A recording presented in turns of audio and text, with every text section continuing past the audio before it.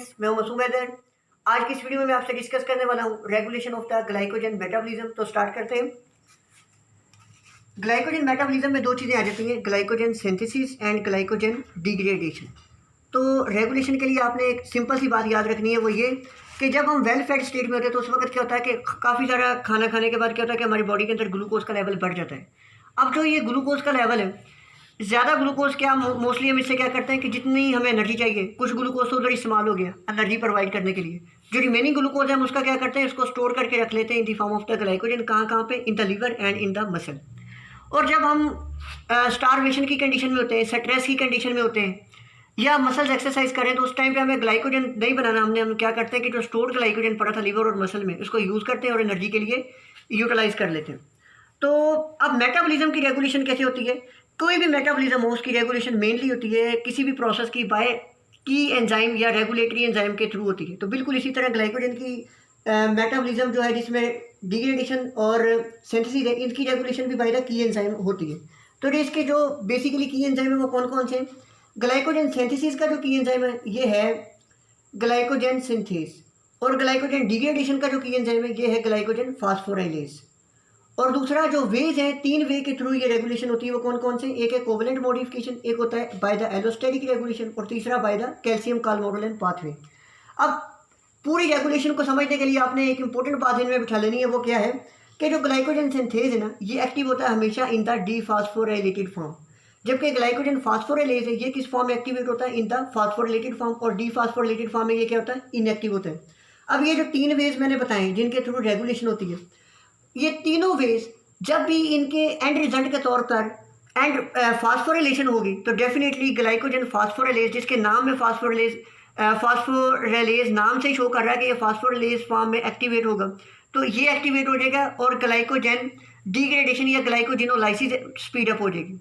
जबकि जब भी ये तीनों प्रोसेसेस एंड अप हो और एंड रिजल्ट के तौर पे डीफास्फोरिलेशन हो, तो ग्लाइकोजन सिंथेज एक्टिवेट होगा और ग्लाइकोजेनेसिस का प्रोसेस स्पीड अप हो जाएगा। तो अब इन तीनों प्रोसेसेस को एक एक करके देखते हैं। सबसे पहले कोवेलेंट मॉडिफिकेशन। अब हिपैटोसाइट्स और मायोसाइट्स जो मसल का सेल है, इनकी मेम्ब्रेन पे दो तरह के बेसिकली रिसेप्टर पाए जाते हैं। एक होते हैं बीटा एडिनर्जिक रिसेप्टर और दूसरे होते हैं अल्फा 1 एडिनर्जिक रिसेप्टर। असल में ये होते क्या है? GPCR लिखा होता है बास बुक्स में, इनको कहते हैं जी प्रोटीन कपल्ड रिसेप्टर्स। अब एक इंपॉर्टेंट एमसीक्यू है यहाँ पे, वाइवा पॉइंट में भी अक्सर पूछ लेते हैं कि डिफरेंस क्या है बीटा और अल्फा 1 एडिनर्जिक रिसेप्टर का। फ़र्क ये होता है कि जब भी कभी एपिनेफ्रिन या ग्लूकागोन वगैरह आके इन रिसेप्टर्स के साथ बाइंड करें, तो अगर वो बीटा एडिनर्जिक रिसेप्टर के ऊपर बाइंड करे, तो जो रेगुलेशन होती है ग्लाइकोजन मेटाबॉलिज्म की, वो होती है by the cyclic AMP pathway. और जब भी अल्फा 1 एडिनर्जिक रिसेप्टर पे ग्लूकागोन या एपिनेफ्रिन बाइंड करे, तो जो रेगुलेशन होती है वो होती है बाय कैल्शियम कार्बोनिल पाथवे। ये इंपॉर्टेंट डिफरेंस था दोनों रिसेप्टर्स के एक्शन का, तो ये मैंने आपको बता दिया। तो अब देखते हैं कि साइक्लिक AMP पाथवे के थ्रू किस तरीके से रेगुलेशन होती है। ये है बीटा एडिनर्जिक रिसेप्टर।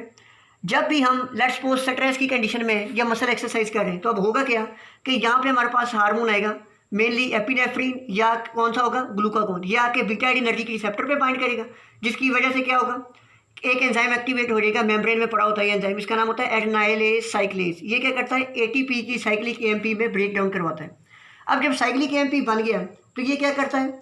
ये आके बाइंड करता है, एक एंजाइम होता है प्रोटीन काइनेज, उसके साथ बाइंड करते हैं।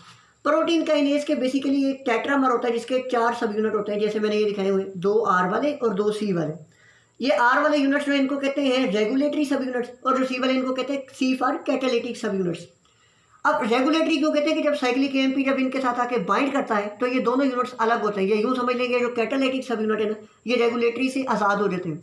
जब ये आज़ाद होते हैं, तो ये जो कैटालिटिक सब यूनिट है, ये आके एक एंजाइम जो है फास्फोराइलेज काइनेज, उसके साथ बाइंड करते हैं। ये यूँ समझ लें कि फास्फोराइलेज काइनेज है, इसको फास्फोरिलेट करते हैं। ये जो कैटालिटिक सब यूनिट होते हैं ना, ये इनके पास बहुत सारे फास्फेट होते हैं, आप यूँ समझ लें, जिसके साथ ये जाके बाइंड करेंगे उसको ये फास्फोरिलेट कर देंगे। तो इसी तरह ये फास्फोराइलेज काइनेज इसके साथ बाइंड करेंगे, जो अपनी इनएक्टिव फॉर्म में पड़ा था B फॉर्म में, जब ये उसके साथ बाइंड करेंगे तो उसको फास्फोरिलेट करके एक्टिव कर देंगे फास्फोराइलेज काइनेज A में।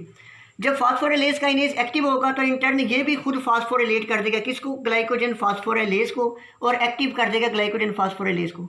और ये याद रखना, जिस तरह फास्फोराइलेज काइनेज बी फॉर्म में इनएक्टिव था, बिल्कुल इसी तरह ग्लाइकोजन फास्फोराइलेज की भी दो फॉर्म होती हैं। बी फॉर्म इनएक्टिव होती है और ए फॉर्म क्या होती है, एक्टिव होती है। जब ये एक्टिव हो गया तो ग्लाइकोजन फास्फोराइलेज आपको पता है ये डिग्रेडेशन का एंजाइम था, तो कौन सा प्रोसेस स्पीडअप हो जाएगा, ग्लाइकोजिनोलाइसिस। तो ये बेसिकली मैकेनिज्म था बाय द कोवलेंट मॉडिफिकेशन, जिसमें कोई भी हार्मोन बाइंड करता किस पे, जब बीटा एडिनर्जिक रिसेप्टर पे बाइंड करेगा तो साइक्लिक एएमपी पाथवे के थ्रू रेगुलेशन होती है। तो मैंने दूसरा बताया था कि जब भी अल्फा 1 एडिनर्जिक रिसेप्टर के साथ बाइंड करेगा तो फिर कैसे रेगुलेशन होती है, ये मैं आपको बताता हूँ।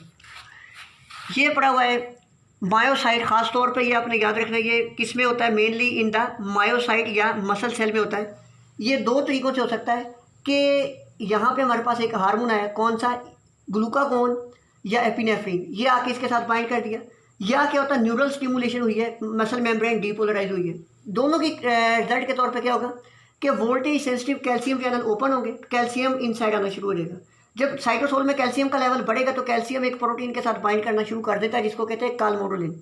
अब नॉर्मली एक कालमोडोलिन के साथ 4 कैल्शियम बाइंड करता है, यह भी इंपॉर्टेंट एमसीक्यू याद रखना है। जब 4 कैल्शियम बाइंड करके तो एक कम्प्लेक्स बन जाता है जिसे कहते हैं कैल्शियम कालमोडोलिन कम्प्लेक्स। ये कम्प्लेक्स जाके क्या करता है, ग्लाइकोजन फास्फोराइलेज जो कि इनएक्टिव फॉर्म जिसकी बी थी उसकी डेल्टा सब यूनिट के साथ बाइंड करता है और उसको एक्टिव कर देता है ग्लाइकोजन फास्फोराइलेज ए में। बिल्कुल इसी तरह जैसे ये लंबा चौड़ा प्रोसेस चला था और आके ग्लाइकोजन फास्फोराइलेज बी को एक्टिवेट किया था, बिल्कुल इसी तरह ये कम्प्लेक्स आके एक्टिवेट करता है और ग्लाइकोजन फास्फोराइलेज जब ए एक्टिवेट होगा तो बिल्कुल उसी तरह ग्लाइकोजिनोलाइसिस का प्रोसेस स्पीड अप हो जाएगा। तो ये जो 2 पाथवे इनके थ्रू रेगुलेशन हो जाती है। तीसरा पाथवे कौन सा है जिसके थ्रू रेगुलेशन होती है ग्लाइकोजन मेटाबॉलिज्म की, ये होती है एलोस्टेरिक रेगुलेशन। अब होता क्या है कि कोई भी की एंजाइम है जो ग्लाइकोजन मेटाबॉलिज्म का, उसकी एक होती है एक्टिव साइट, और एक्टिव साइट के अलावा एक साइट होती है उस पर जिस पे कोई भी सब्सटेंस बाइंड कर सकता है। एक्टिव साइट के अलावा ये साइट होती है, इस साइट को कहते हैं एलोस्टेरिक साइट, और इस पे जो सब्सटेंस बाइंड करता है उसको कहते हैं एलोस्टेरिक इफेक्ट। या तो वो एंजाइम की एक्टिविटी बढ़ाएगा या क्या करेगा, कम करेगा। तो हमारे पास जो एलोस्टेरिक इफेक्ट होता है वो क्या होता है, ग्लूकोज 6 फास्फेट। जब भी ग्लूकोज 6 फास्फेट का लेवल बढ़ेगा तो ये क्या करेगा, ग्लाइकोजन सिंथेस जो है बी है इसको एक्टिवेट कर देगा। जब ये एक्टिवेट होगा तो ग्लाइकोजन सिंथेस ए में आ जाएगा।